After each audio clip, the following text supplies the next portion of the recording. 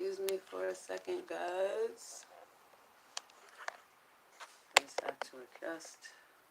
Okay, that's better. Not so close.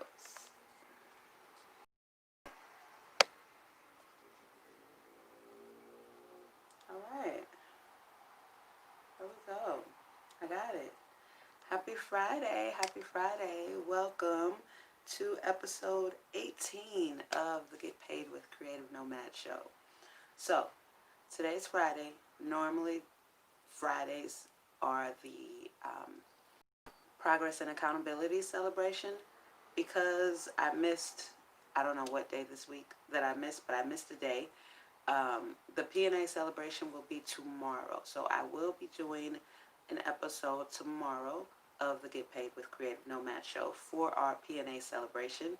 We do have an email submission, so that's awesome. The first link in the chain. I'm super excited about that. I do want to get clarification because in the email, you did say that you do not want to be anonymous. So I just want to make sure that was correct. All right. So today, Friday, our word is dominate. This D in week 4 is dominate, baby. All right. Today was a heavily exhausting and emotional day for me. So I didn't get to like write out my talking points and do what I normally do. Today's topic even just came to me right before I got in the shower. So this one really, we're just doing it kind of off the cuff. But I was, you guys that have watched the series through to this point, kind of how it goes. It feels very natural in any way. The only difference is it won't be me actually looking at my notes because I don't have any. Like, literally all I got was just that. I just wrote what the topic is. So I'll take notes later. So anyway, I didn't even look up dominate in the dictionary. As you guys know, I don't do that for every single word. Just some of them I do. And dominate, I don't feel like I need to. But for me personally, what it is to dominate is not to be the best in your field, to be the best at whatever it is that you do, but to be the best at delivering what. I knew that was going to happen one of these episodes. I knew that was going to happen. Bridget.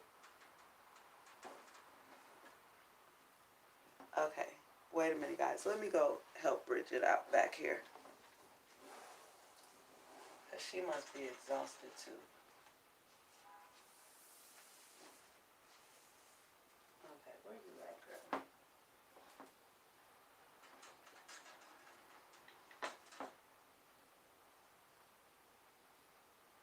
Okay, you good? You chilling now? You straight? You on both feet? Okay. That was funny. All right. So we got it. And I'm not really leaning against the chair. All right, and we're back. That was fun. That was very fun.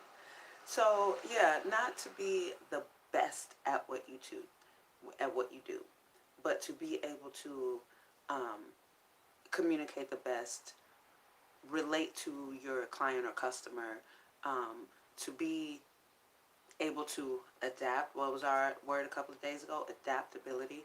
For example, Kodak. There was a long period of time where Kodak was dominating the industry, but they weren't able to really keep up with the change in technology. there's no way anything else should have been able to take over Kodak, because Kodak was dominating. But they were stuck in what had always worked over the past 100 years. Well, it's different now. Now we're in technology. So because they were dominating at one point, the same with Xerox. You remember everybody used to call a copy machine a Xerox. Let me get a Xerox of that. Let me get a Xerox of that. But this was one particular thing. So to be able to adapt faster, to deliver faster, to deliver better, to me, that is to dominate. Like, there's a difference between a best-selling author and a best writer. Someone could be the best-selling author, but not a great writer at all. And then an excellent, like a phenomenal writer doesn't sell worth a damn, like struggling to make it as a writer, hasn't had a bestseller yet. Well, what's the difference? Is the best-selling author a better writer? No. They're better at captivating an audience. They're better at delivering their message. Even if it's just the cover art, whatever it is, they're able to dominate the best writer without having to be a great writer.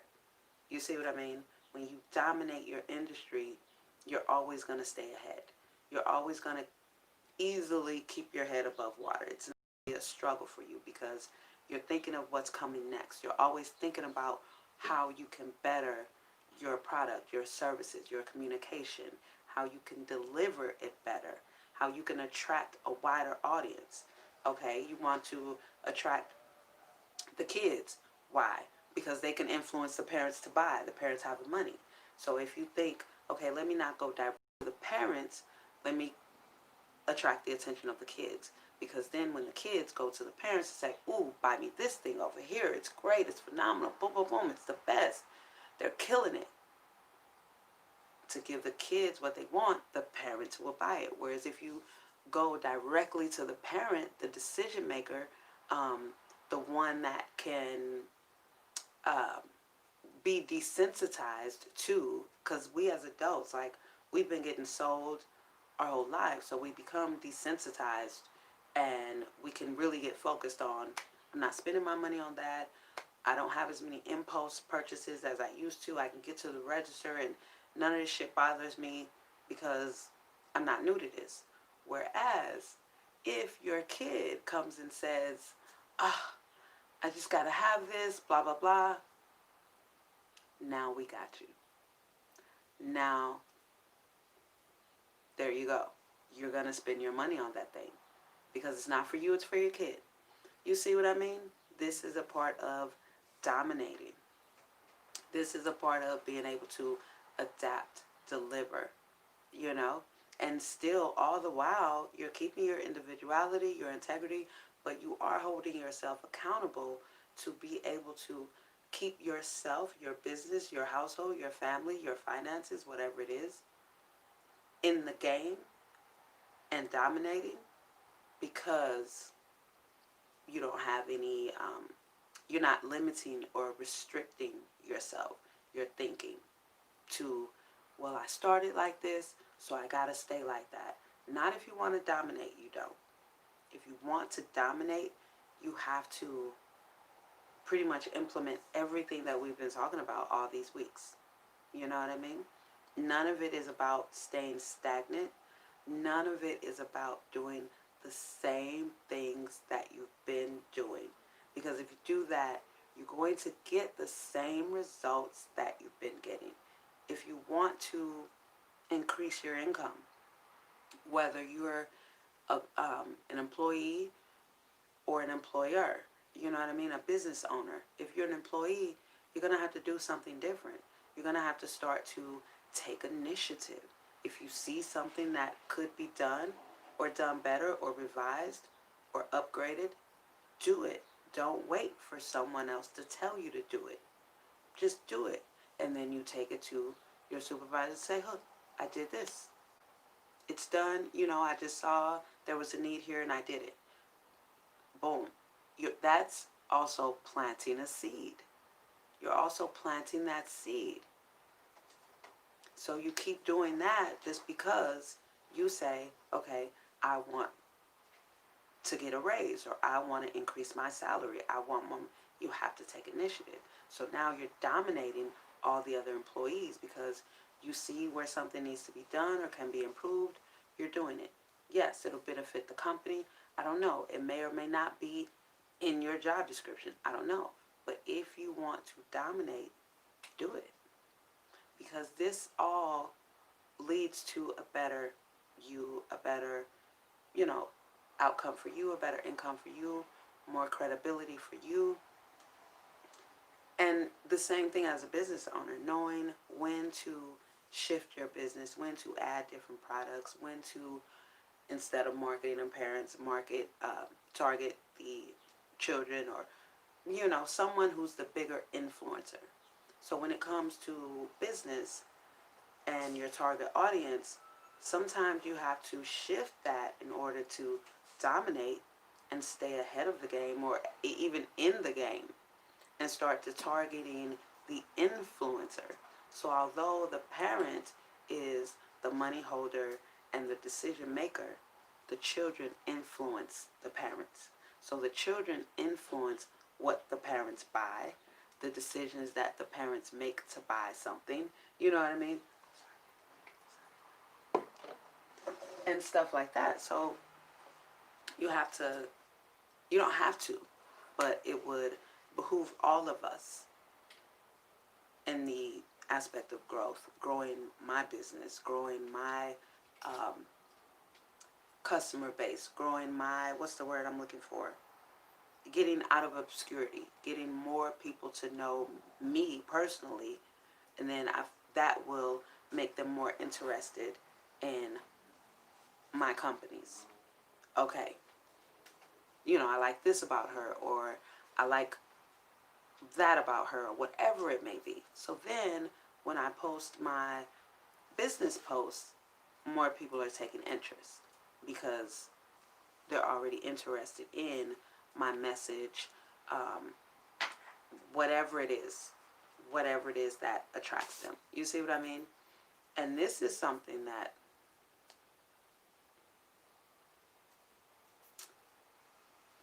dominate particularly is a word that I had to become familiar with.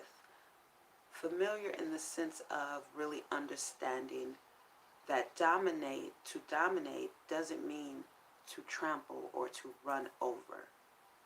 It just means really to get the most attention, pretty much. To get the most, and you don't have to lose your integrity or your character to do that. You just have to know where your focus is. Know what you're trying to achieve in your quest to dominate. Like, bringing it to humanity. The people that dominate because, for one, at the core, they believe that they are the ultimate. They believe that no one can do anything better, or no one is better. So everything they do it with only their purpose of being superior in mind. So coming from that level of, what's the word I'm looking for? That level of, I'm going to call it security. That level of security. Being secure within yourself. And it doesn't matter if someone else thinks it's false or bullshit or whatever. This is the problem. We can't define ourselves by someone else. Like today, I use the color because I plan on switching my colors. But I get grown-ass bullies on social media that talk about my brows. And I'm just like, that's the dumbest shit ever to me. For one, sweetie, how old are you? you're still being a bully. For two, I chose to do this. This is how I want to rock my brows. So I can't be insulted about anything. I can't be insulted about my gap, about my lips, about my teeth, about anything. You name it. So for me, I dominate self-confidence. I dominate. Period. I don't have to walk over anybody to be ultimately secure in myself. I don't have to put down anybody or insult anybody to be completely comfortable with Shalanda Elise, Creative Nomad. I don't. Why? Because everybody being everybody doesn't detract from me being me, doesn't retract from me being me. Not at all. Not at all. So my focus is always on me. When it comes to my identity, when it comes to my look, my visual aesthetic, it's always about me. Everything I do is because it's how I want to see me, not how you want to look at me. It's about how I want to see me. Period. End of story. So, for me, domination is about ultimately just focusing on what your goal is and being the greatest at it, being the fastest at it, the fastest at adapting. You know, Kodak could have easily still been the top, like the ultimate top. Then what? Cell phones came out, and then cell phone cameras. So now, you just have a specific group and a specific time that people use film, right? Because the digital camera. So not only do we have the cell phone camera, we have digital cameras. And so the 35 millimeter, although it's not extinct, I don't think, because I don't think you can ever really get rid of film. Like, that imagery is so beautiful. I can't see real photographers like that shoot in RAW not using 35 millimeter or 8 millimeter even. I did a photo shoot and this photographer did and it was, I think, 5 different photographers. It was so dope. And they all used 8 millimeter. And this was when I was in Minnesota, but we did it, the studio was in St. Paul. Kind of the Midway area. Anyway, it's not that it matters. But, yeah, they all had 8 millimeter cameras. And it was just, seeing those images was super dope. Like, that was the dopest shit ever. So, like, real photographers, the film will be around for them, and for other people too, but they could have easily been still the number one top because that's their area, right? So they could have predicted digital cameras coming, and boom, you'd be the first one to put a digital camera on the market because you already have the trust of the people. You're already dominating the film, the camera industry. You're Kodak. Every fucking body loves Kodak. You know what I mean? Polaroid. Everybody. So just being able to adapt, predict, adjust, being the fastest one to make these changes, to give your customers what they want, what they don't know they want, that's coming soon, that's domination. Not one time, did Polaroid or Kodak or whoever have to put down anyone else. That's another thing I don't like about how currently the presidential debate is done. It's just a bunch of insulting one person, insulting the next. And the focus should be on what you are planning on delivering, what you can offer, what are your ideas, what do you plan on doing differently? You know what I mean? Not bashing him or bashing him. That's ridiculous. That's so silly, you know? But,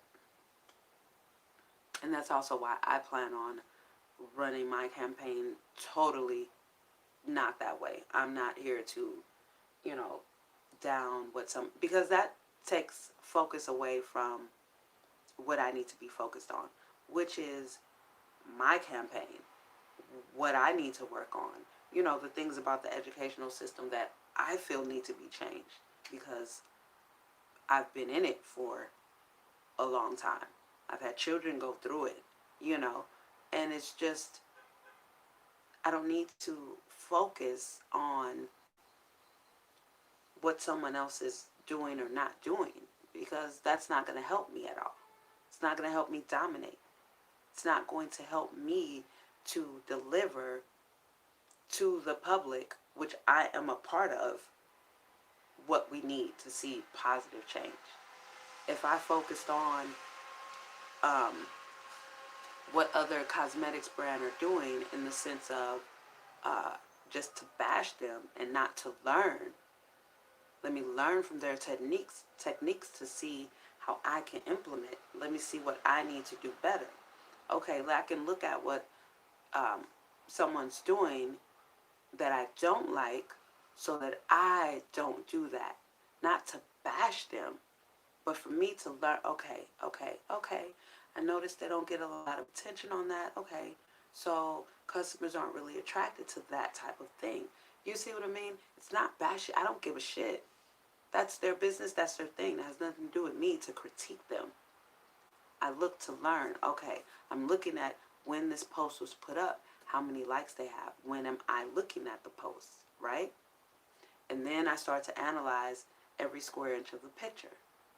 So then if it works, if the post was up for one day and it's got 2,500 likes, I want to look at what they're doing. I want to look at their caption. Okay, let me analyze quite a few and see when they do paragraph for their captions or when they just do a nice bloop something, a short one-liner. You know what I mean?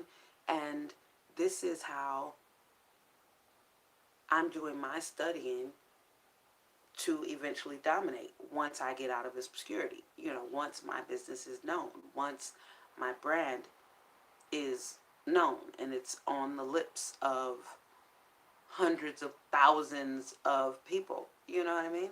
So this is dominating. This is exactly dominating.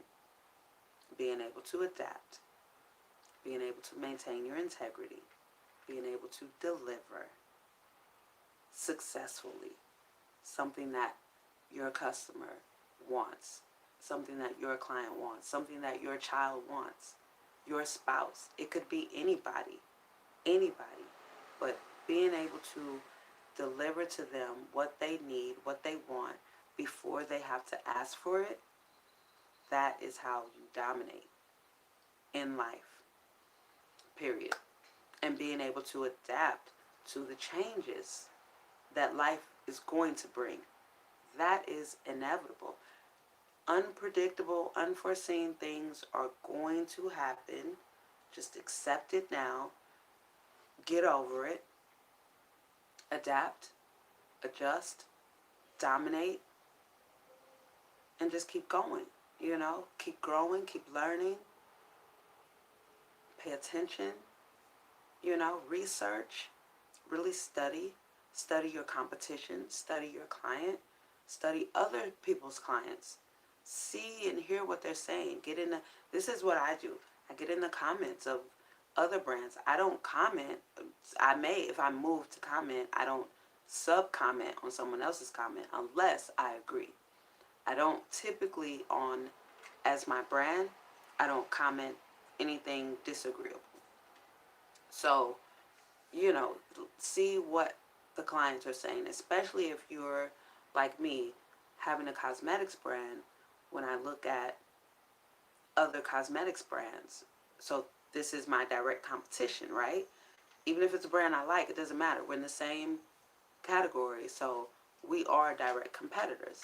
I'm the newbie in the bunch. I'm the baby. You know what I mean? So I'm looking and listening and reading what their customers are saying. I'm looking at their marketing techniques. This is all to benefit me so that I can eventually dominate in my area, you know? So it's not a negative. It may sound like a harsh word, but domination does not mean destruction. Domination does not mean, um, you know, losing your integrity. Not by any stretch of the imagination. You definitely want to use your integrity, your individuality to dominate, to stay authentically true to yourself, to your brand, to, you know, the overall tone of the household that you're running or that you're a part of. It doesn't matter. You just want to be on top without, you know, not a big I, little you type thing. No. But all of us have a goal. And the goal is to positively affect others. Ultimately, that's the overall goal, to have a positive effect on others. And in order to do that, in order to collect the masses, right? It's the masses that we want, not the twos and fews, not the minority. We want the majority. So in order to attract the majority, you have to be consistent. You have to be adaptable and able to adjust to the changing of the times and the waves. And you have to keep your integrity and your individuality.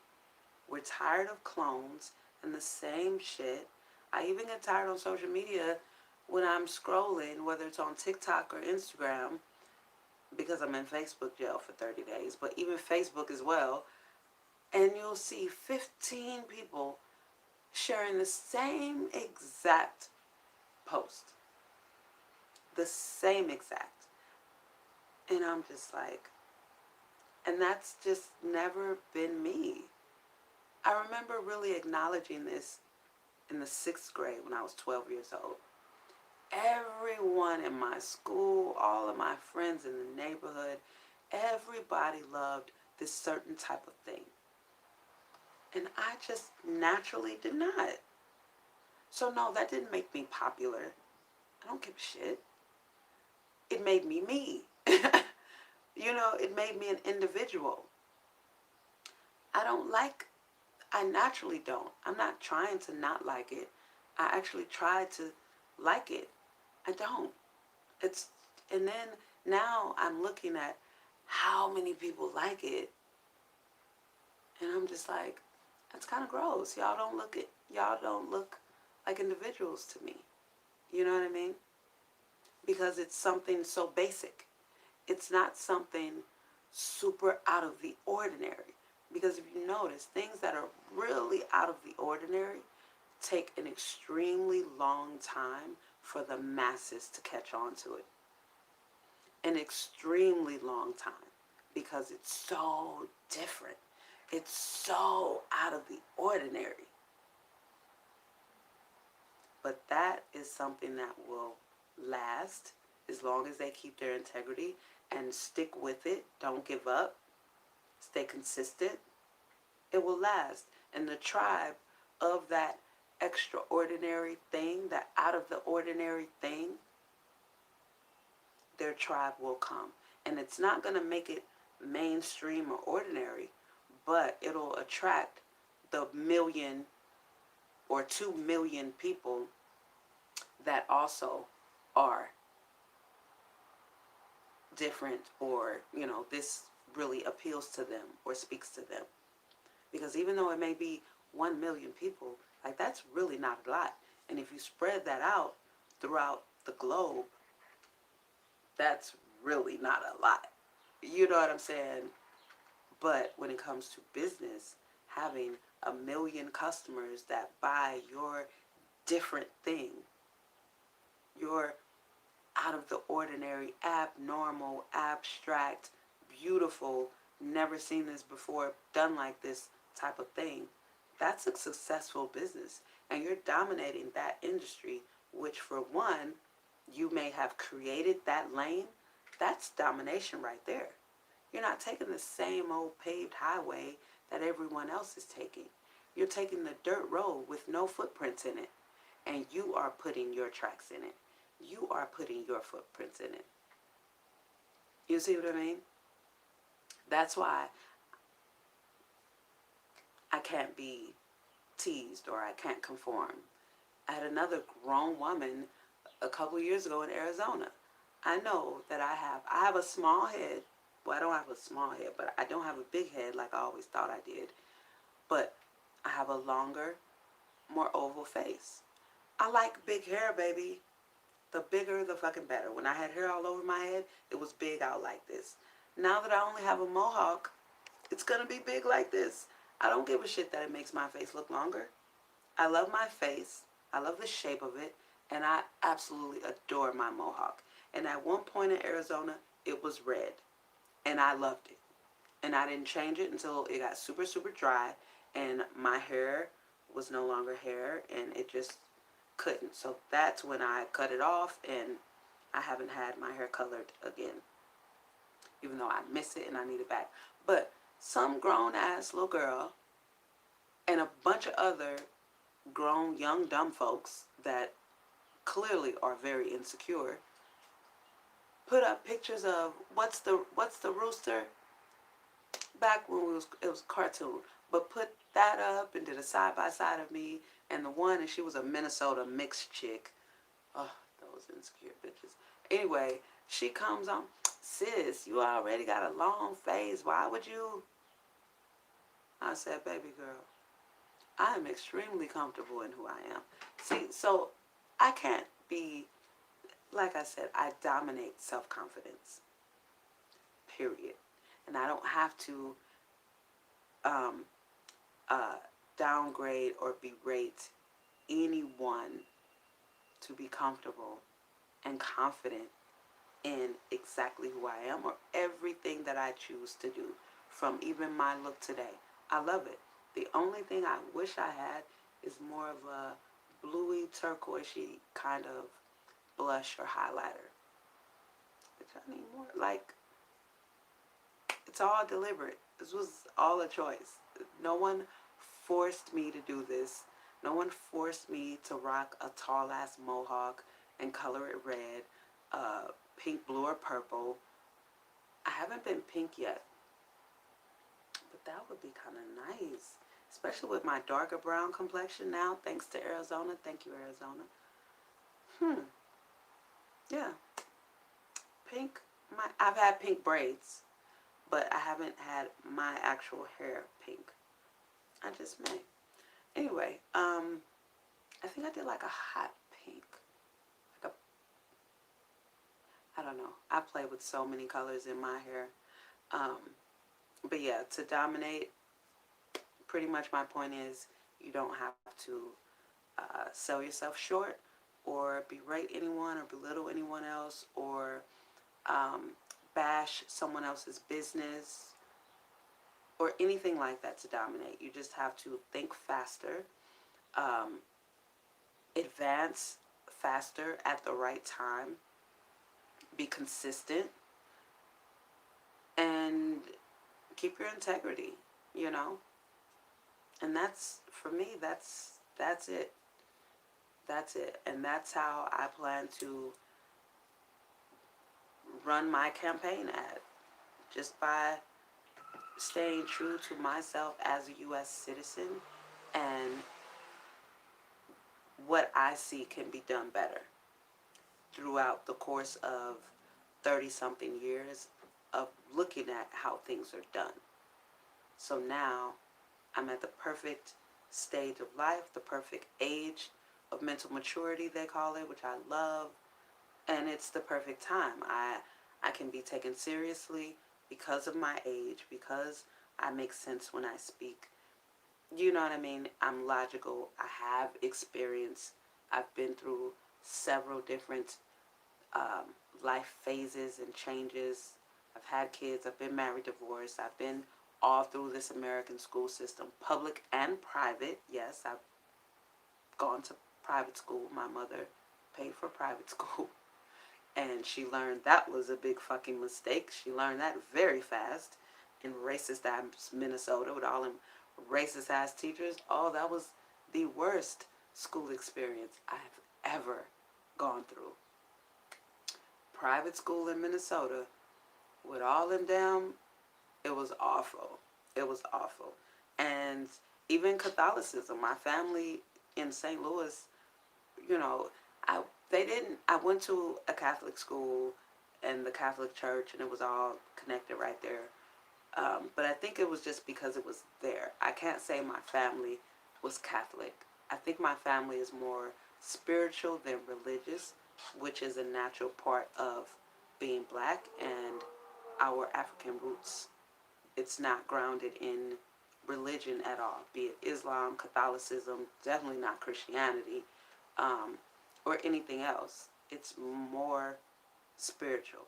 We, um, I remember when I was younger, my aunties really would predict the weather by the winds, predict what was coming by the winds, and the different smells, and the different movement of the clouds and looks in the sky. And like that was real shit that I was around in St. Louis, Missouri. That's the energy that I grew up around.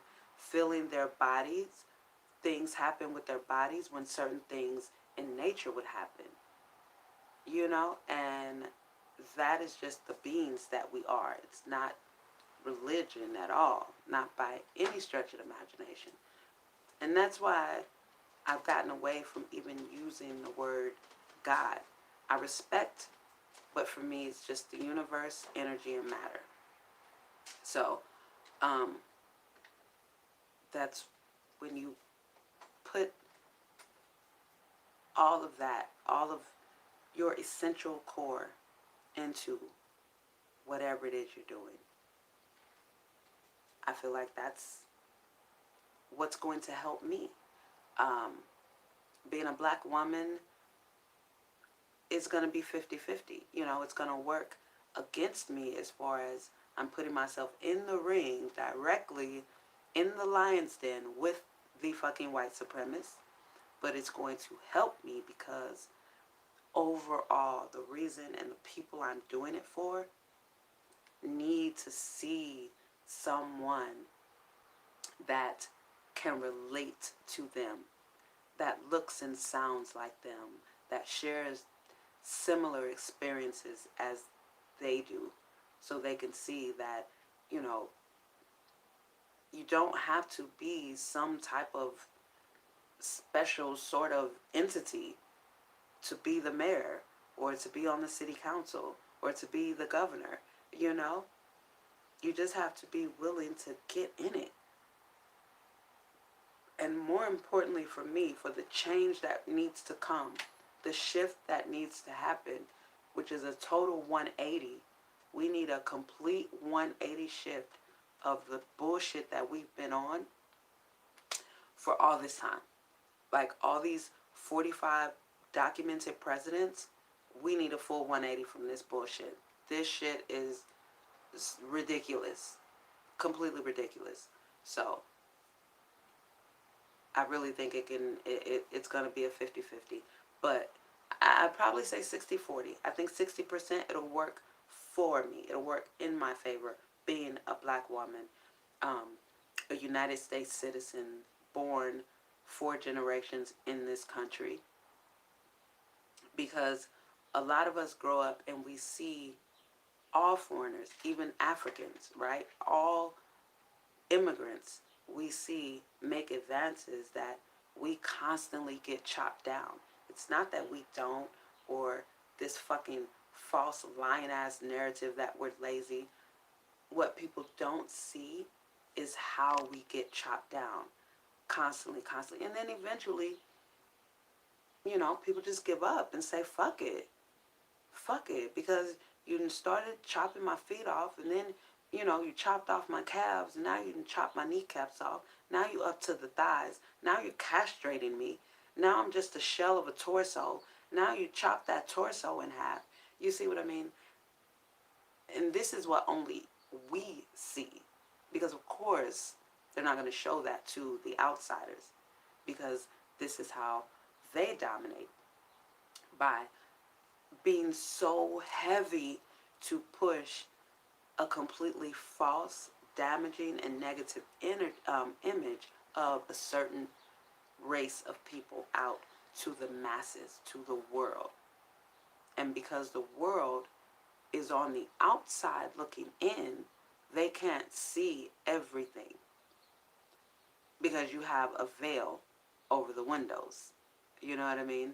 It looks sheer from the outside, but it's actually a mirage painted identical to the inside that's on an opaque screen behind that sheer screen. So although you think you're seeing inside the house, you're not. You're looking at another screen, which is opaque, that they drew an identical image of the house. So now behind that opaque screen, which has a sheer screen in front of it, real shit is happening in the house. And that is what. So by the time the people that have been looking at this false image for so long, by the time they do get in the house, now they're looking at the victims as the problem and the enemy. Just like the other day when I did a brief, I just had to come on and vent, and I did the title, They Kill Us, Then, what did I say? They kill me, then blame me. And that is exactly the imagery of the sheer curtain in front of the opaque curtain with the mirage of the house painted on it. That is exactly it. So now the outsiders come inside the house, and because they've seen this image for so long, they're now manipulated so deeply to where they don't even see the reality of what's in front of them. They kill me, then blame me. They murder unarmed black people, and then they dig up whatever dirt on them they can find. They dig up any little dirt that they can find. They kill me, then blame me. So because I stole fucking wheat thins from my 3rd grade teacher's desk because the bitch just kept deliberately spelling my fucking name wrong, you kill me, unarmed, detained, hands behind my back, face on the fucking ground, and you kill me. And then you say, look what we found. In the 3rd grade, she stole wheat thins from her teacher. And that is why 48 years later, we killed her, detained, handcuffs behind her back, face on the ground, because she was a fucking criminal. And the people in the house from the outside say, yeah, that makes sense. That makes sense. And this is also why I'm running, because I'm one of few people who, thankfully, my mother didn't, my mother wasn't a conformist who raised me to be a conformist. That's what I'm thankful for. I'm thankful for being birthed to and raised by a free thinker, a rebel, because she constantly embedded in me and she constantly told me, think for yourself, Shalanda. Think for yourself. Don't just believe what everyone tells you. Find out information on your own. Think for yourself. Come to your own conclusion. Speak for your own self. And so I think for myself. I see things that don't make sense. I see things that are an oxymoron. I see things that are contradictory. I focus on patterns. As a clairvoyant, I see patterns. Patterns are, I don't care what the chatter, the chatter. Like I can come on here and say, my name is Susan Johnson and be dead ass. And I can create a whole false identity around the lie that my name is Susan Johnson because it's just that easy. My actions, because I can't act like Susan Johnson because I don't know how the fuck Susan Johnson acts. I know how Shalanda Elise acts. So, yeah, I can tell you my name is Susan Johnson and show you an ID that says Susan Johnson with my face. Show you a social security card that says Susan Johnson with a number, 9 numbers. But everything I do is like Shalanda Elise. So what's more powerful? What is more accurate, shall I say? What's more accurate? This, what I'm saying, which is a lie, which is a complete and total lie, or my actions, what I'm doing, right? I can say, I'm standing still right now. Like, I'm not even moving. Which are you going to believe? Are you going to believe the fact that I'm in motion? Or are you going to believe my words that say, I'm not moving? I'm standing still. I'm sitting still. I'm just sitting here. Which one? Which one are you going to believe? Actions speak louder than words. And this is one thing I was talking to my daddy about earlier. The whole our saying, no justice, no peace. It's a great statement, but our actions contradict that statement. Everything about our actions contradict that.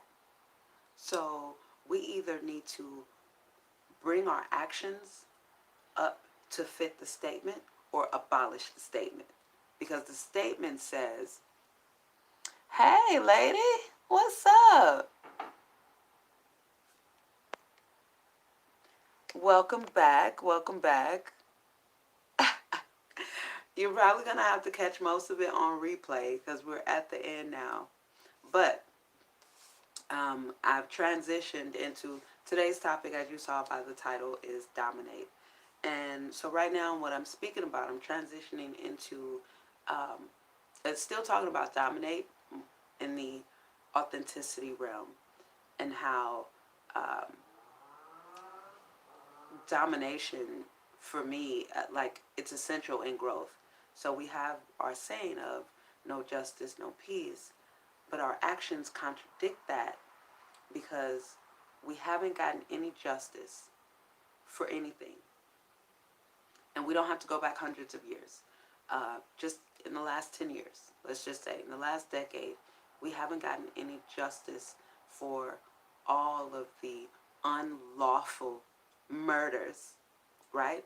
But then we go to these protests and we say and we act, right? Our words at the protest are in total alignment with our actions. We say, I'm peaceful. I'm peaceful. And then we say, no justice, no peace. So doesn't that statement say no justice? If we don't have justice, no peace, there won't be any peace. Am I the only one? But then we don't get justice, right? Because they're standing on their shit. Like they stand on that. Their actions, their words, everything is in total alignment. So they don't give us justice on anything. And the reason why they don't give us justice is because instead of not giving them peace, we have given them peace and nonviolence. So they don't have any motivation to give us justice because we didn't uphold our own word. We didn't stick to our own word. And that's one of the things, like when we were talking about dominate earlier, consistency. This is how my mother raised me. That's how I brought up my kids. Consistency. If I say no one time about a certain thing, It's always going to be no about that thing. I don't give a shit if you ask me when I'm sleepy. I don't care if you ask me when I'm mad, sad, hungry. I don't care when you ask me if I'm dead, dog, tired, just got doing a 16-hour photo shoot. It's always going to be no about that thing, because I said no about that thing and I have my reasons for saying no about that thing. My mother was the same way. And even something, let's say I would ask my mother what a word meant, because again, she was big on think for yourself. What does this word mean? Well, the lazy way out is for me to ask what a word means and she just tell me the answer. I could easily forget that because we forget what people tell us. She would tell me, go look it up. Literally 5 minutes later, she's calling my name. Did you look up the word? What does it mean?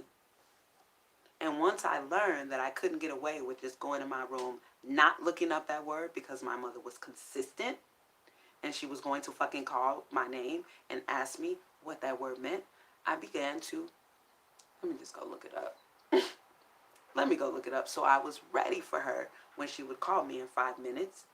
And then it got to where she didn't have to call me. Once I looked the word up, I'm excited. I love what I just learned, what I just read. Now I'm going to tell her, this is what it means. And that was my life growing up. Like I told you guys in a couple of episodes, I owned the entire Encyclopedia Britannica. It was in my bedroom. That was mine.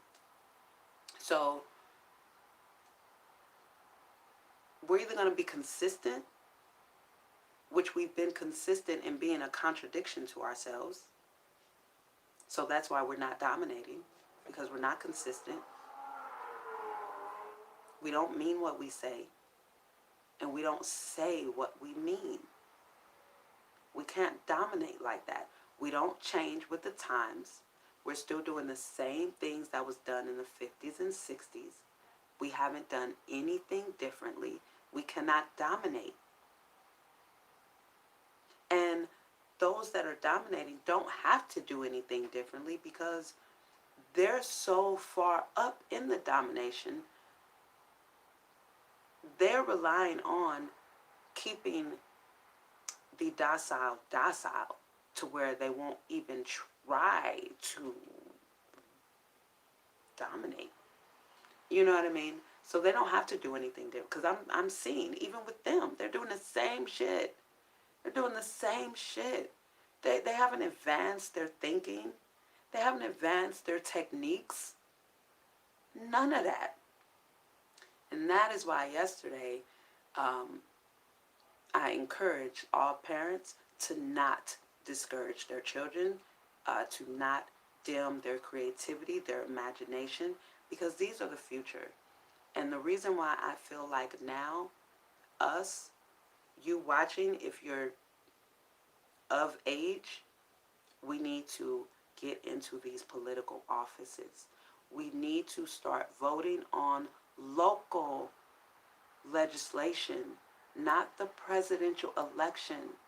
Trump showed us with this election, like literally, when Trump got elected, a lot, like I was shocked at how much truth they were putting out. And they were putting it out there with confidence because they knew that the people that they dominate weren't going to pay attention.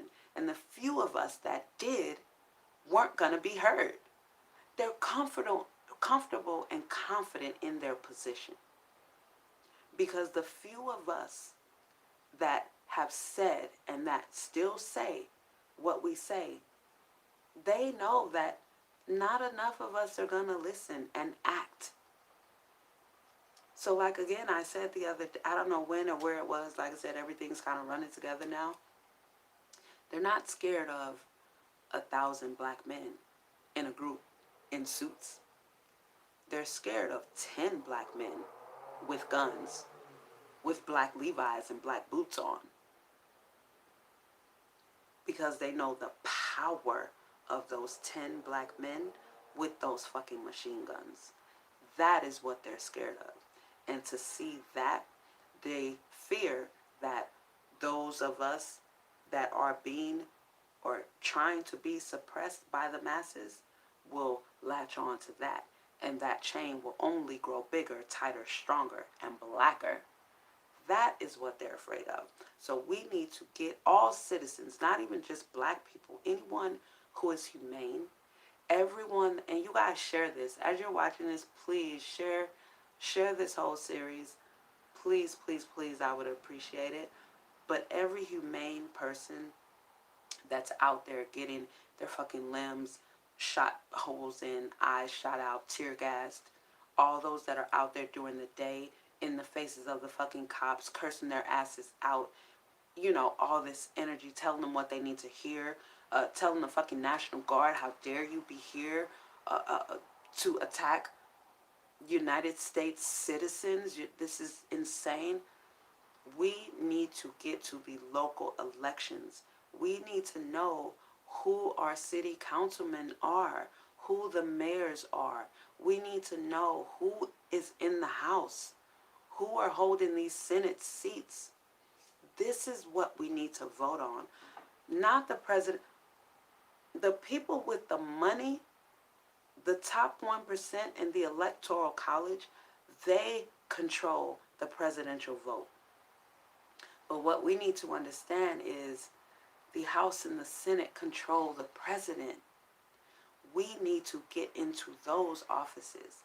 We need to start by voting on those, knowing who and for me, honestly, I think all humane citizens and every single black person, I think we need to give more love to the green, to the independent thinker, the independent party. It's time we lift up the independent party. We've been doing this shit, this Democratic, Republican, two-headed snake. Same fucking venomous snake. Who gives a shit about these two heads? It's the same venomous body. And then the independent is over here, totally separate from this fucking snake. They get no love. These are independent thinkers. These are unpopular opinions. This is the health of the people. These independent party people are the people that are trying to have a voice for the people, of the people.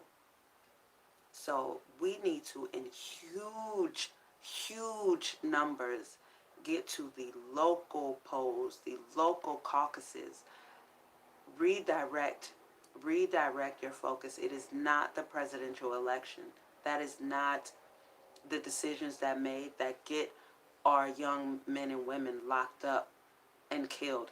Now they're not even locking us up. In the 90s, that's what they were doing. But those aren't the ones that enforce the shit that does damage to us. Our pay rate, our school system. That's not the president. That's not where our attention needs to be.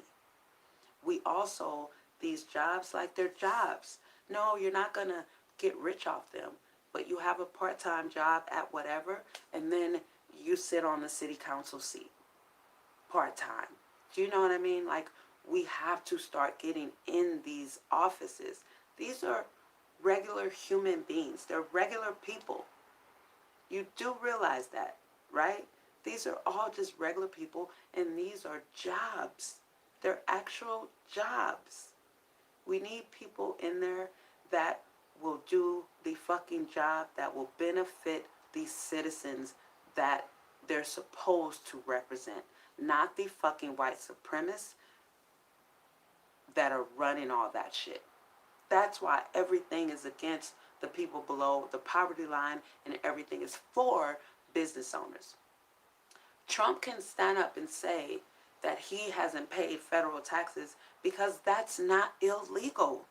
As a business owner, you get tons of tax write-offs, tons of tax cuts, and ultimately you can legally not pay your taxes for that year for your business, because everything is in your business. So the toothpaste you buy, you're a business owner, you can write that off. The car that you drive, the gas, the cell phone bill, as a business owner, these are all tax write-offs. And then there's also tax cuts and tax breaks for the business owner. So that's not illegal. For you, the individual, it is illegal for you under a W-2 to not pay your taxes. That's where it's illegal. But you have individual W-2 people trying to put themselves in the position of the 1099 and the business owners that have way more tax cuts, way more tax breaks. How we get to that point to where we can own our shit without them fucking burning down Black Wall Street is by redirecting our black dollars. It's gonna go out of our way, but are we willing to or not? Do we want justice? Do we want peace? You know, we have to, including myself. I have to hold myself accountable to, okay, right now I'm out of toothpaste. So what I'm going to do is take the time out to order on WeBuyBlack.com because I need my black dollars to go to another black-owned business that is black-owned. I know when it comes to hair products, I know Dudley's is black-owned and manufactured. My mother used to sell them, and they are excellent products. Excellent products. And Brown & Brothers is also black-owned and manufactured. So these are two companies that are black-owned hair care products that we can start to purchase to redirect our black dollars. Another thing we can do, and even when it comes to food, fast food, my daddy sent me something. A guy was talking, and he said the website in there. I'm sorry I wasn't prepared because I'll put it in, but I'll create a post, and I'll put it in the post where you can find black-owned restaurants. Every aspect of what we buy and how we spend our money, this is also how we're kept down because we don't have a strong enough economy of our own. So these are small things that actually take a lot of work on our part, patience on waiting for our order to come, you know, using alternative methods of what we have if we're out of something. You know what I'm saying? Like, if you run out of toothpaste and you have some fresh baking soda, use baking soda until your toothpaste comes from WeBuyBlack.com. If you know a local store that is, in fact, black-owned, not minority-owned, that's a difference because Mexicans have their things. Asians have their things. Indians have their things. Even Native Americans have their things. Black-owned. So if you know a black-owned Dollar Tree, Dollar Store, Family Dollar, you know, these are little franchises. If you know a black-owned McDonald's, a black-owned, you actually know the franchise owner is black. This is what I mean. Not who works there, but who owns that franchise. You see what I'm saying? So we start there. Another place, again, this November, fuck the presidential election. Right now, what I'm doing is learning who these local people are. I stopped voting because I got tired of we need more than just 50 people voting independent and, you know, for the correct people that we can figure out who, you know what I'm saying, they have the correct beliefs and seem to do the right thing. We need more. So I got discouraged and I said, I'm done voting because I don't believe in that Democratic Republic. I just don't believe in it at all. Again, my mother taught me to think for myself. So just because all poor people are Democrats, why do I want to do what all poor people are doing? For one, that doesn't make sense to me because that just means I'm going to be poor and stay poor and always be poor and always and then it doesn't make sense to me to be Republican because every fucking body there wants to fucking kill me. So that doesn't make sense to align with them. But then I see the independent being left out and they sound more like me. But then no one, so I just got discouraged and said, fuck it. And I haven't voted. I don't even know. But now that I heard one young Gen Zer. I heard one young Gen Zer breaking it down. And I was like, that gave me hope. Because everything I do and have always done from the time I've been an adult and became a parent has been for the future generations. Because that's what it's about. Like, we relied on the elders to make a way for us. So now I am the elder and I'm doing it for the younger generation, the Gen Z. And once I saw that they're breaking down the whole, and I was like, they get it. They're seeing it. They, so I know the Gen Z, yeah, they're going to be at the local, and it's not going to be, it starts somewhere. Everything starts small. Everything starts somewhere. But it's nice to finally hear other people and then the young generation sound and say some of the same things that I've been saying for 15, 20 years. It's refreshing. It's encouraging to me. It's motivating, and it gives me hope. And I feel like for me to look the way I look, as far as like not aging horribly, to be 45, it's the perfect time for me to get into this ring. This is the country I was born in. So that that was the encouragement that I needed. Cause yeah, I was heavily discouraged. And even this year I had no intentions on voting. Hi James. Hey Michael, welcome. Uh-huh. At the local, exactly. Exactly. Okay. Uh-huh. It will. And not condemn them either. Exactly, James. That's exactly my goal. That's exactly my goal. And I know I still have a lot of work. Like Daddy was telling me earlier, I have to um, temper myself more. I'm so used to talking to myself. I'm so used to talking out loud. So I don't even, because this is just me being me. When I lived alone in my own apartment, this is just me being me. I don't even think about anyone else around me because I'm usually always by myself. So I'm like in this little cocoon, and it's just me being me. So, like how I talk out loud in my room. I know I have roommates. I know there's other people in here. I'm in my bubble. I know that people can hear me. It's not a sitcom. Oh, did I say that out loud? I know I'm talking out loud. I've always done this.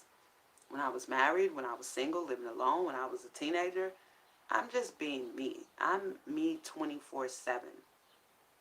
And it's difficult for me to um, be told to be something different. That's difficult. But how he said it, okay, I got to temper myself. And then now going into the political ring, I think my voice will absolutely fit in that ring because the last thing this country needs is to see a docile black woman running for any kind of office seat at all.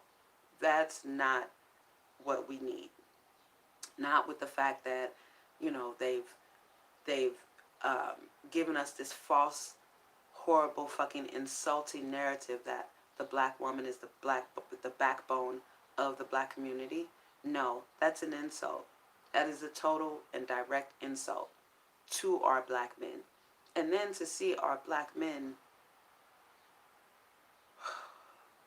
acting like they have no backbone is even more difficult and awful for me.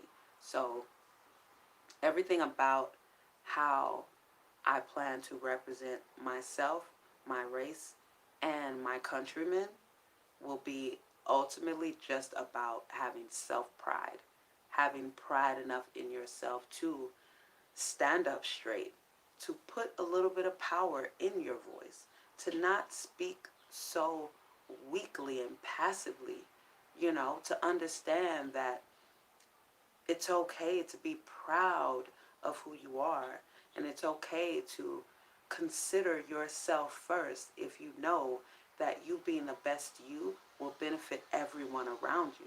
That's not a negative type of selfish. That is an ultimate positive type of selfish.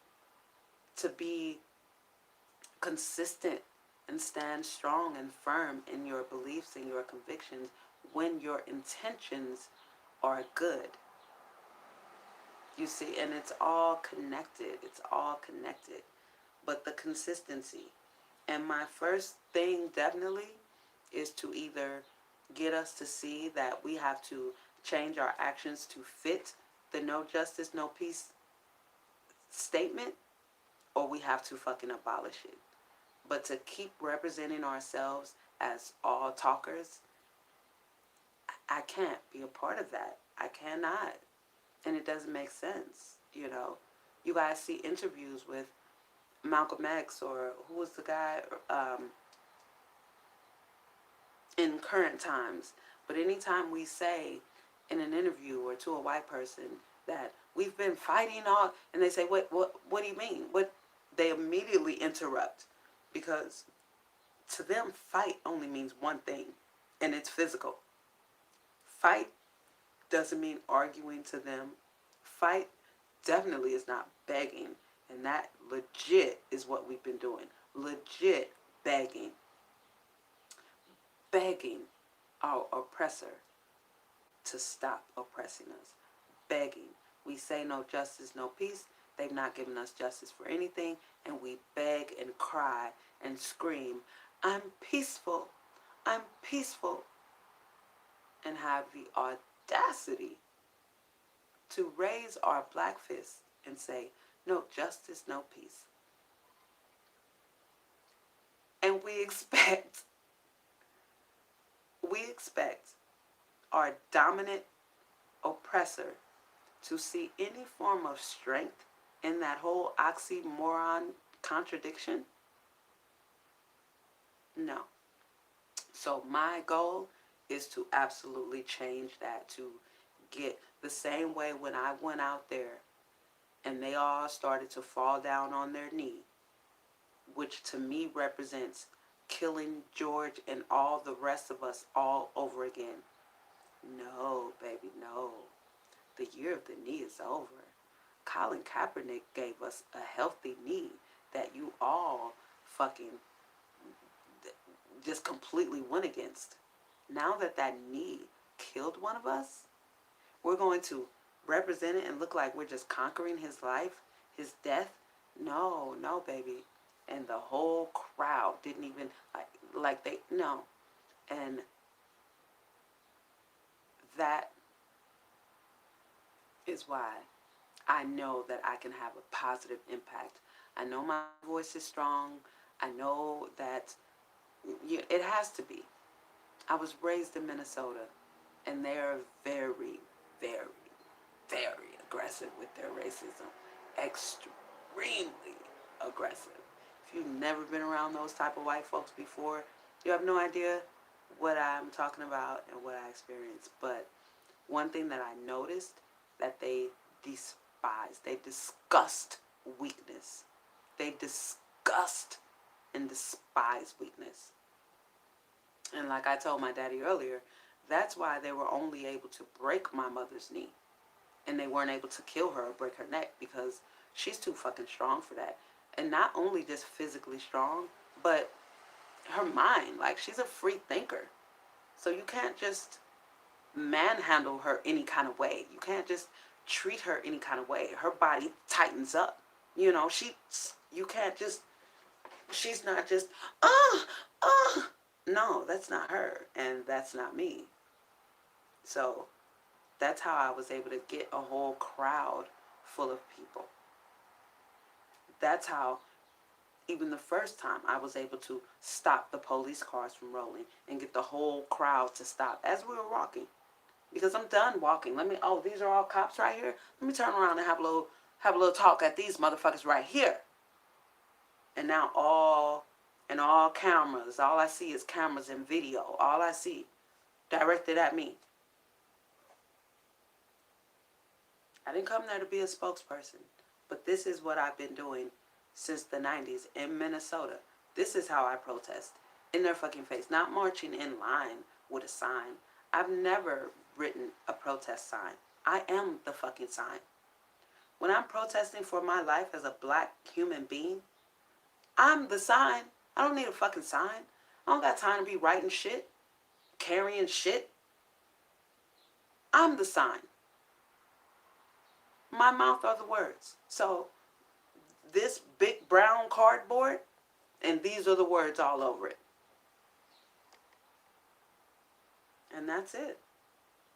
But now I need to take it to where it can be the most effective, because that's been my whole goal. Like, I want to make change for myself and the rest of my life and the future generations, so they don't have to say 33 years I've been doing this shit.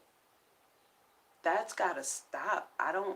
They don't deserve that. They don't deserve to watch everyone else walk around the country that they will then be 5 and 6 generations born into look more free than them. No. Because I know what that feels like. Because I'm conscious. So when I look, all I see is everybody all hunky-dory. And here I am inside thinking about, will I be able to get to the knife in my backpack quick enough? Sad that I can't carry it on my hip. All I'm thinking about is how I wonder if it looks in my eyes like I'm enraged, or I wonder if, people are thinking, when am I going to snow? Like, everyone just looks so comfortable walking around in my country. And that is how I feel. In my country. And I'm the most unsafe. That's got to change. That's got to fucking change. We've got to begin to dominate. And we have to do that with consistency. Saying what we mean and meaning what we say. If we say no justice, no peace, then we're not getting justice. We don't need to be peaceful around this motherfucker. That's why we haven't gotten any justice. Because we're so fucking peaceful. Doesn't make sense. It just doesn't make sense. This motherfucking kid showed us the popular vote does not count. He lost by over how much? A considerable amount. The population voted for Hillary Clinton to be the president. If this was a true democracy, Hillary Clinton would be the 45th president right now.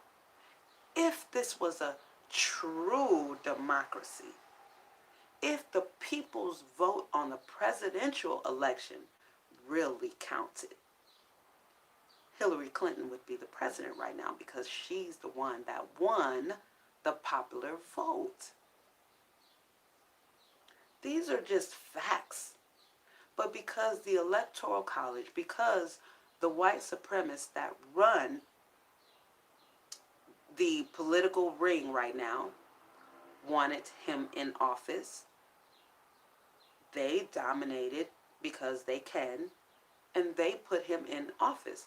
The Electoral College voted for him because they knew that he would be able to continue the domination and take it back into the direction that they're trying to get back into. They knew that he would do it easily. This child took how many months to take the coronavirus seriously? And took how many days to send out the National Guard for the war on black people? And we think peace is going to get us there. And we think running to the polls to elect for the other venomous head of the snake is going to when Joe Biden insulted all of us by saying, if we don't vote for him, we're not black. Bitch. Bitch. I was born black, I'm going to die black, and I'm going to do black shit every day in between. And voting for you is not going to discredit my blackness. But you got a bunch of conformist, sheepish, foolish black people that will be right there. Yazm boss. Yazm boss. Who you voting for? Biden. Why? Because he said I ain't black if I don't.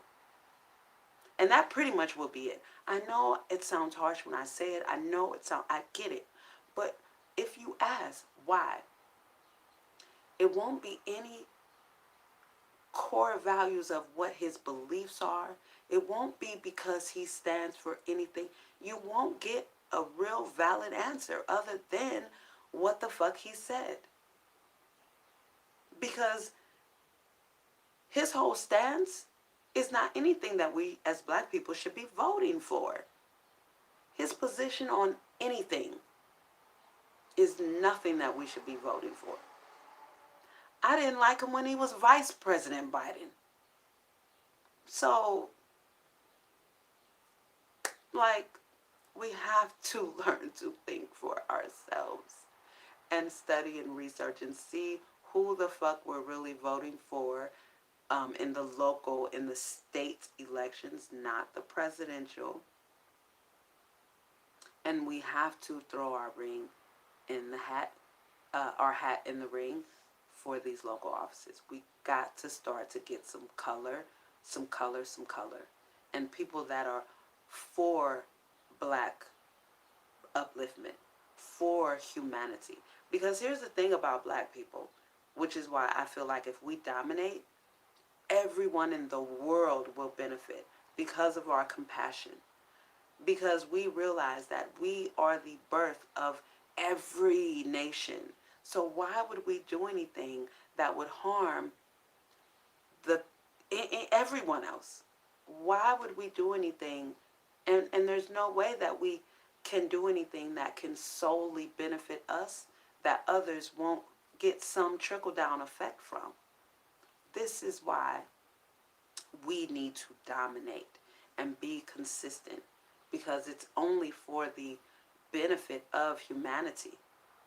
Because we're the only ones, and I will say that blacks are the only ones, and that includes African, all black African descent people are the only ones that can peacefully and non-violently coexist with everyone. So then, to me, that means we can teach everyone else how to do it. But one thing we have to learn from our oppressor is when to fucking fight, kill, and go to war. Not over what, but being able to fight and kill and go to war. Being able to, because right now, it just like, it kills us to even pick up a gun. It kills, it seems, and as a matter of fact, it really is. Like, this is really suicide. It's only by the hands of the police, because we refuse to even defend ourselves. So we're ultimately committing suicide. We know these people are trying to kill us. And instead of us still in our loving nature, fucking protecting and defending ourselves because we love ourselves, and my life is just as valuable as yours, my life is just as precious as yours, so I'm not just going to let you kill me. And it's awful if I end up killing you, but goddamn it, you were trying to kill me. So, you're going to have to take that up when your soul passes on, because you were trying to kill me. I was defending myself. And at the end, when all the smoke cleared, you didn't get up and I did. And that was my goal, to get up, to not get laid down permanently. There's nothing inhumane in that. The inhumanity is attacking someone for no good fucking reason at all. That's the inhumanity. That's the soulless, immoral shit that disgusts me. And that's what I want to change. So I can't do it on my own. Maxine Waters can't do it on her own. So that sister need another strong voice. She need another strong woman that's not afraid to be side by side with these crackers. And keep in mind, when I say cracker, I'm always putting the KKK with it. It's not just Caucasian people. It's these fucking crackers. These KKK fucking white supremacist, hate-filled fucking Anglo-Saxon piece of shit animals that need to get out of here. Period. Humanity has no room for that. And right now they dominate because they are unrelenting in their position of superiority. That is how they dominate. And they appeal to the few people that want to hear that voice. The masses do not. And this is also why I feel like 60%, and I'm probably going to lean more towards 70 by the time I'm done, because I'm just talking myself up now. I'm just boosting myself up. But I do feel like 70%, fuck it, let's just go with it right now, I'll 70% I'll be able to appeal to. And from there, we'll just be able to. But we need to change the face. We need to change where we direct our word, black dollars. We need to change where we direct our votes as a people. Power to the people means just that. We need to give the power back to the people. We need to take our power back. Let me rephrase that. Nothing is given. Everything that everyone has, they had to take it. Not take it maliciously, but it means they had to go out there and put forth the effort and the action to make it happen. And all we do is beg, beg, beg, beg. I mean, I'm into BDSM, and I love to beg my dominant for something if that's the case. But baby, I don't beg in life. I don't beg. I don't beg for a fucking thing. I've never been a beggar.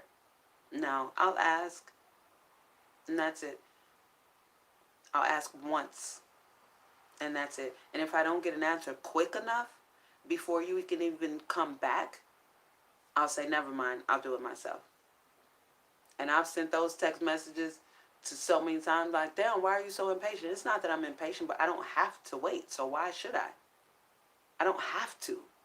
I asked you, so how long am I supposed to wait for you to deliver? Because I'm asking now, that means I want it delivered now. Not an impatient type of way, but I'm not going to beg. I'm not going to beg for my life. No, the fuck I won't. Nope. And that's why I said to temper myself, and I accepted it because I do recognize yesterday I could have gotten myself seriously, seriously hurt. And because I was not scared, but I was thinking, and that's why I toned down a little bit. I didn't calm down, but I toned down a little bit, especially when they got in closer to me. Now I'm like, oh, it take all of y'all because y'all can't handle some verbal abuse from one little woman. But so I was able to recognize when I was told that today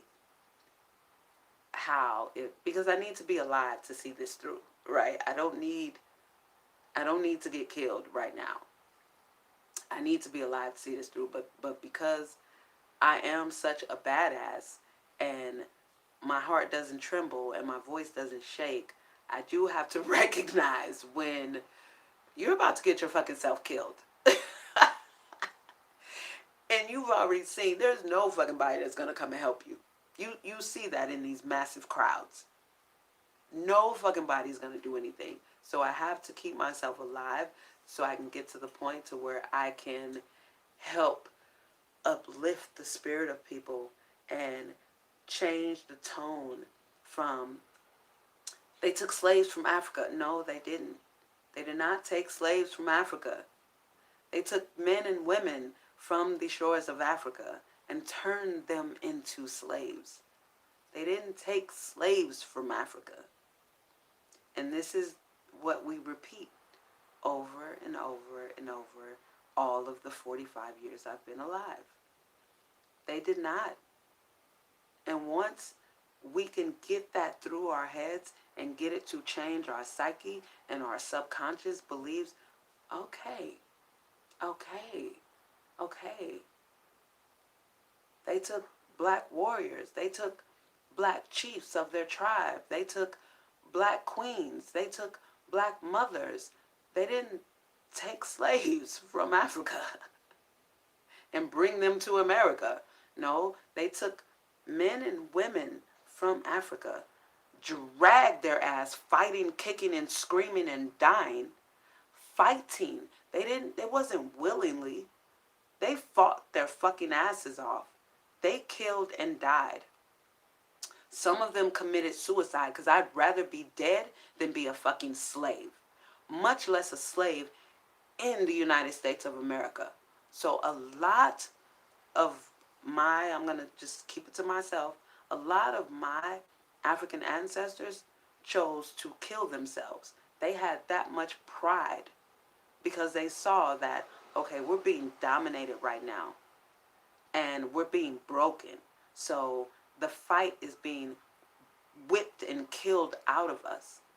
Before these motherfuckers kill me in the most inhumane, unthinkable way, I'm going to kill myself. Before I become a slave to these white folks, I'm going to kill myself. And that is the soul of men and women who refuse. What did my girl say, Harriet Tubman? Give me liberty or give me death.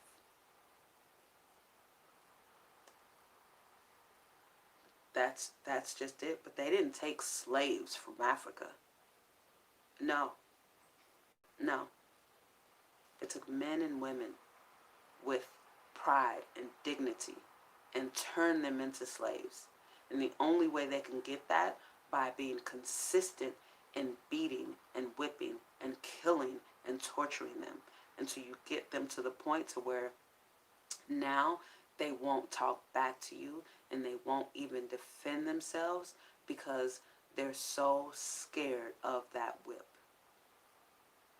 So now they just keep their head down and they just do what masses say.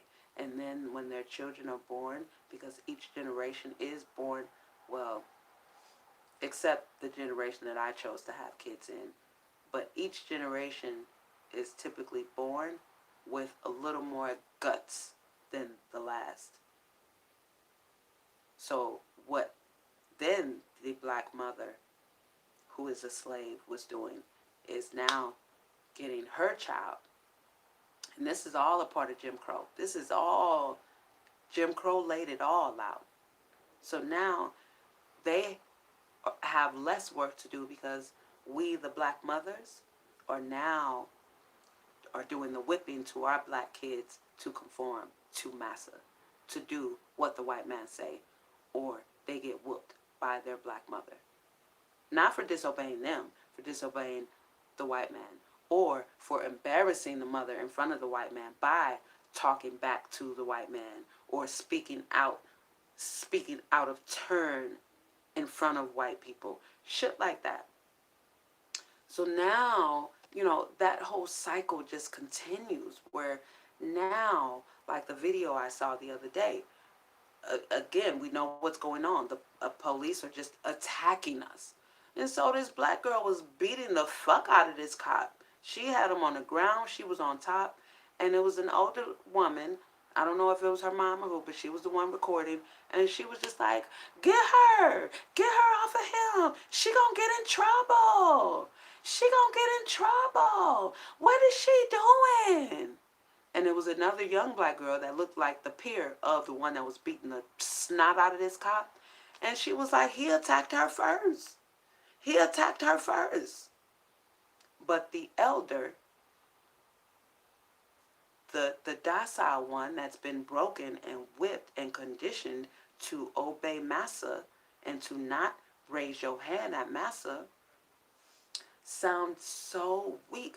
She gonna get in trouble. Never mind the fact that they are killing us at will for no reason anyway. Never mind that. They'd rather die being obedient to their master than to die fighting his fucking ass. So this is why I need to take my powerful voice and my proud black ass and my U.S. birth national citizenship into these offices and to stand alongside or sit alongside Maxine Waters so that she can know, Auntie, I'm right here with you. Auntie, when your time is up, I'm right here. I'm coming right behind you. Auntie, the younger ones, they coming right behind me. Auntie, your voice will not die. Your strength, your passion, your pride, your black pride, Auntie, you are not up here by yourself. Period. And once we get enough humanity, we get enough humane whites in these seats, humane Mexicans in these seats, humane Asians in these seats, absolutely, we'll be able to keep our black businesses from being burned down. We'll be able to have a black business on every other corner mixed in with the Asian, with the Korean, with the Mexican, with the Jew, with the, you see what I mean? But we gotta attack from all angles. We have to be consistent, not just while there's a protest going on. Like what I told someone about Minneapolis. A few police departments have been burned and attacked and bombed in Minneapolis when there was no protest, because those are some real hardcore white supremacists. Very hardcore. So the community, the black community, is just as hardcore and aggressive because that's what we're dealing with. So, yeah, that North Minneapolis, I don't know the precinct. This is what I got to start getting more familiar with. And I'm sure at one point I probably knew it, but I wasn't a heavy North Sider. But that area I'm very familiar with. But yeah, that, and I remember when it happened. I remember one of the times it happened because they had bombed some of the police trucks in the back. And I was like, damn it, y'all, why didn't y'all get a little closer to the building? But twice, no protest, no riot, no nothing going on. Just, I don't know, regular Thursday. It was like, fuck these. I'm tired of these. Tired of them fucking with us on the block every single day. Every single day, you know? So that's how it goes down in Minnesota. So when people talk about, when I get little updates on the protest and the stuff in Minneapolis, and, you know, even when the white people come on there and saying this city is fucking burning because they're tired of shit, oh, I believe it. Because we're some riders. And being around extremely hardcore, racist, aggressive white people make you like that. So it's hard to be softer around softer white people, around softer oppressors, because we are used to the fucking oppressors that they oppress, baby. Shit. It is not a game. It is not a game at all. They are so against that interracial shit, baby. A couple of my friends' houses got crosses burned in the yard because they had a white woman. And when I tell you that we got chased down Lake Street by skinheads as teenagers, that's fucking real. Like, skinheads, the KKK, that shit is, that's what we grew up around. That's what we grew up with. So there's no way. And then we see, I've seen in Minneapolis how those fucking cops and those fucking white racists, from the schools to the, they don't care. signs of weakness, it disgusts them. It pisses them off. Like they look at you like, ugh, you're, you should be dead. You know what I mean? It doesn't soften their hearts at all. Their fucking hearts are fucking cold. They have no sympathy, no humanity, no morality. They don't give a fuck about their own kids, wives, husbands. They don't give a shit. So you can't be soft. I couldn't be. I couldn't be at all. There's no way I could have lived being, I'm not, I'm not. I had to be like, bitch, fuck you. Fuck you. We just standing here and here you come fucking with us with your white ass. Take that shit off. Like we had to be like that because that's what we were up against. That's what we were confronted with, you know, and I know that that looks very extreme in other parts of the country, but that's Minneapolis, Minnesota. That is Minnesota. If you've never been there or lived there, you have no idea. Oh, I can't really see. Thank you, James. I'm going to do my best. Trauma is very awful. Trauma is awful. And it's hard to get past. It's hard to get over traumatic experiences if you're not strong and courageous. One thing I am, if I'm nothing else, I may not be popular. I'm definitely not Miss Congeniality, nor have I ever aspired to be. Um, but I am courageous. I'm, and I never considered myself that until I started being called that. And not being called, but started being identified as that. And then I started analyzing the things that I've done and the things that I'm currently doing, you know, in each moment. And I'm like, damn, that is courageous. And I was just being me. Like, honestly, I was just being me. And I do recognize that I am very brave and I am very courageous. And I think that's what we need. And that's what I admire about Maxine Waters. I keep bringing her up because I really do admire her. And I love the way she sits up there and won't allow herself to be attacked. She won't allow herself to be the victim. She's passionate. She's humane. She makes sense when she speaks, you know. And she has a purpose. She has integrity and like substance is the word I'm looking for. She has substance. She's not just a shell, just a black woman's shell. No, and I definitely am not. I definitely am not a shell. So dominate is, I think, a very positive word, a very uplifting word. And whew, baby, I have a lot of work to do, but I'm cut out for it. I'm fit for it. I'm cut out for it.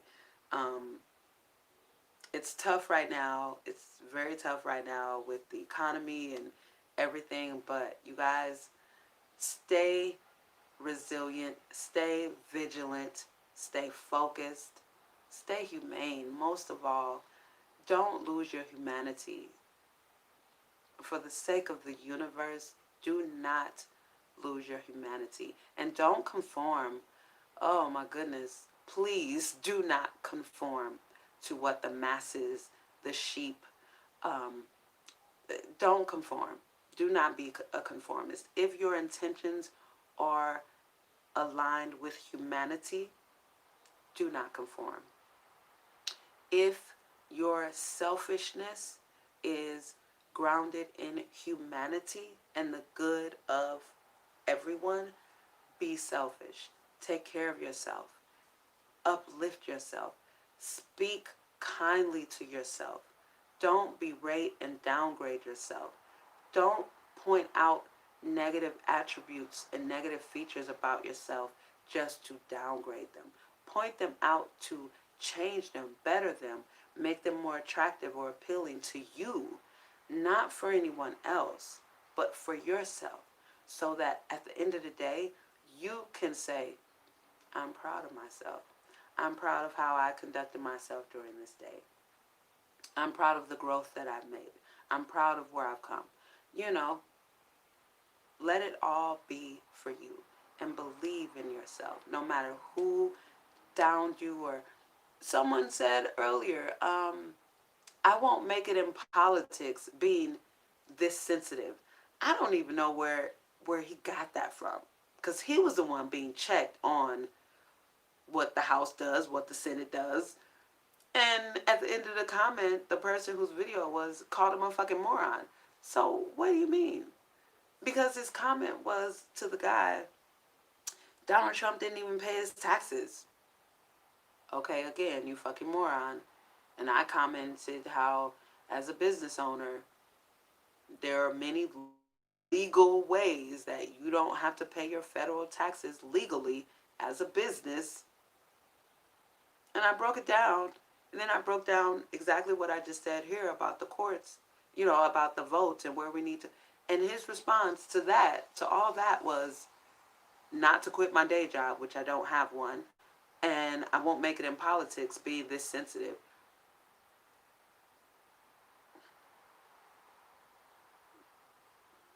I'm like, whatever, bro. Your opinion of me means, all caps, nothing. Less than nothing, actually. Because you're the one being explained what the House and the Senate does.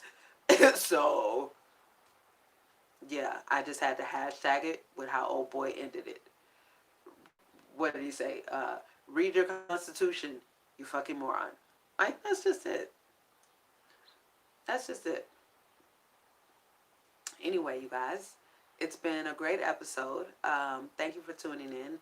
Tomorrow is the P.A.I.D celebration, and we do have um, an email submission to be the first link in the chain. So I'm super excited about that.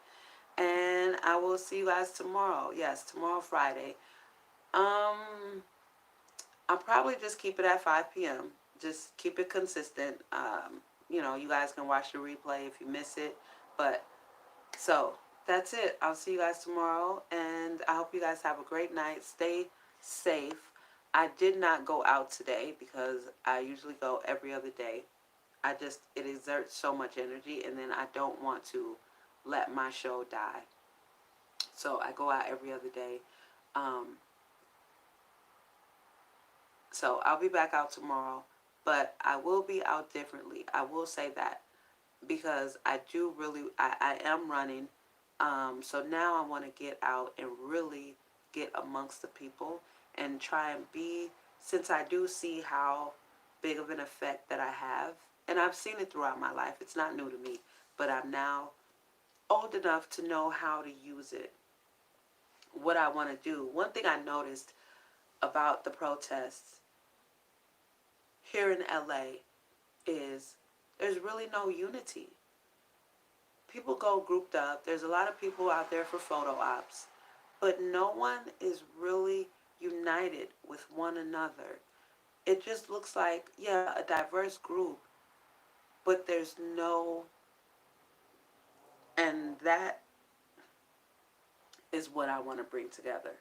What I think it should look like is, I think everyone out there that is non-black needs to acknowledge and unite with every black person that's out there. It needs to look like this and not like this, or like this, or like this. The groups that come together. It needs to look like this. Like I said the other day when I was walking home, there were like 3 young guys, a mix, Mexican and black, and one of their signs said, "I see you, black girl," and his hand was covering up the rest. But when I read that, I said, "But you just walked right past me." And he looked. I said, if you're going to write it, mean it. how you doing? If you're going to write it, mean it. Say what you mean and mean what you say. So don't go out here to protest for fucking photo ops and write something, I see you, black girl, but then you see a black woman, right, you walk up to, right in the, and you don't even acknowledge her. Your sign is a fucking lie, and you are a fucking liar. Don't do that. So I want to go out there and connect the people. If Black Lives Matter to you, unite with some of these Black lives that are out here, because their lives are the ones that are on the line. Period. So when I go out there now, it will be to be in the crowd, in the protests, because I'm usually just off on my own, and to unite. So because I always do address the fucking cops and the National Guard, I want, instead of them all being scattered behind me, I want them to be linked and closer to me and all linked together to show the unity as an American people, to show the unity of all Black lives mattering, which once Black Lives Matter, for one, we don't need the hashtag anymore, but for two, then all lives will matter. When to the government, the police can pull over me or a black man without coming to the car with his gun, without coming to the car with aggression, without busting out our windows, or without some bullshit dying over a tail light out, or without, like they did to me, 4 cops surrounding my car, reaching in my car, turning the fucking engine off, all because my fucking tail light is out? Really? 4 y'all? And you open my door and turn my car off? You need that much aggression for me, one single black woman in the car by herself, because my tail light was out? That shit's gotta fucking stop. And that was in Minnesota, maybe a month or two before I left Minnesota. And I lived in downtown Hopkins, literally directly across from the police station. The same way my phone right here is, literally, my living room window faced the police department. That shit's gotta fucking stop. So,